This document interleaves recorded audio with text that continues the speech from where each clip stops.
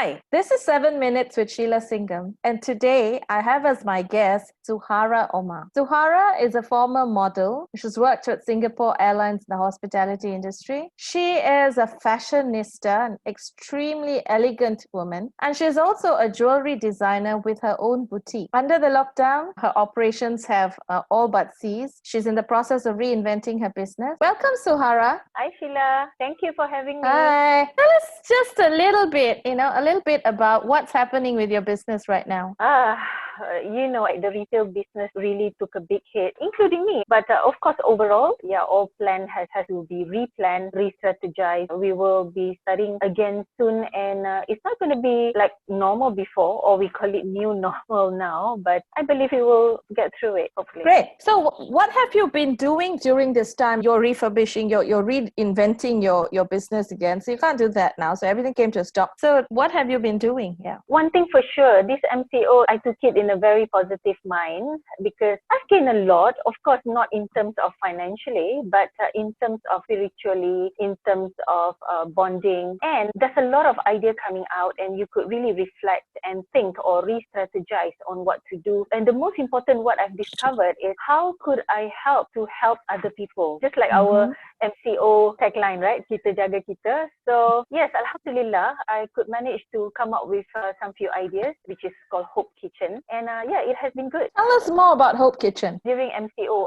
everybody is thinking what to do and what can be done, how to survive, right? So I have like a few friends, actually, I've known them for many, many years. And of course, they are also badly affected, and they are all single mother. They are very, very good cooks. So we always do video calls. We just want to see each other. Suddenly the idea came that, hey, why not I pull all these mothers? Right now we have 4 in the team that can really do a very, very good cooking, and we create a business out of it. Looking at how my friends with, some of them are 5 kids, some 2 kids, and they have totally no income at all. So I never give it a second thought. I thought, I will get this done. I will get this platform for them because the people that I know, they support a lot. So for me to set up Hope Kitchen is actually to give them a platform. All these mothers come from a different background, some from a abused husband, but looking at them, and I myself as a single mother with 2 kids on my own, I definitely understand what is the struggle. So because of that, I decided to start this. And of course, being the founder of Hope Kitchen, I am very, very particular about all those. We have our own SOP for sure, about the hygiene, cleanliness, how food being prepared. I'm very choosy when it comes to that. We are actually very, very, very new. We are only about 2.5 weeks, and we are doing amazing.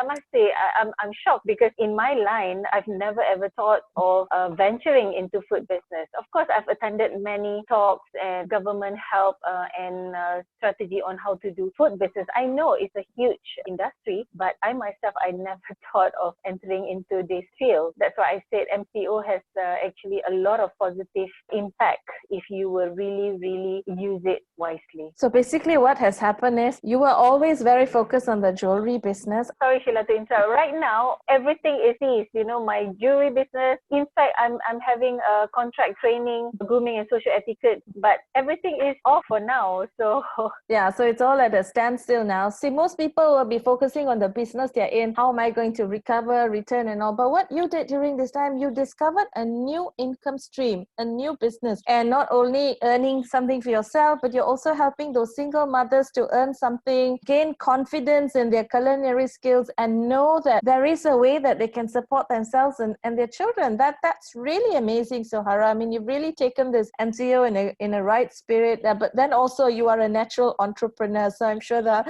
the mind just goes into, what can we do? So that's really fantastic to learn. So now moving forward, now the MCO restrictions have been loosened. I mean, it's also the month of Ramadan, right? Do you see this cooking business as continuing? Is it something you and your partners might want to take into the long term?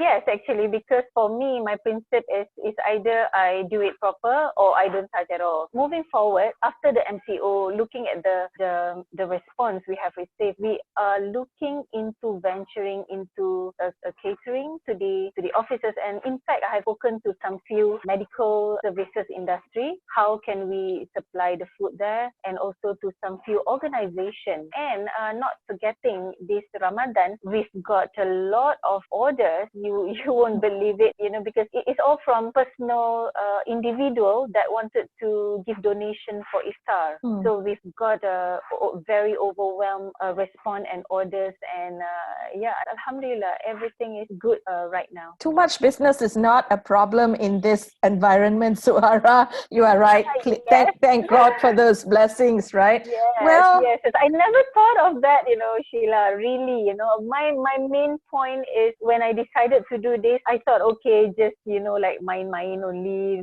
okay, I'm helping my friends. So I want to introduce their good food to my clientele, to my friends and all that. But I never ever thought that, it turned out to be like this.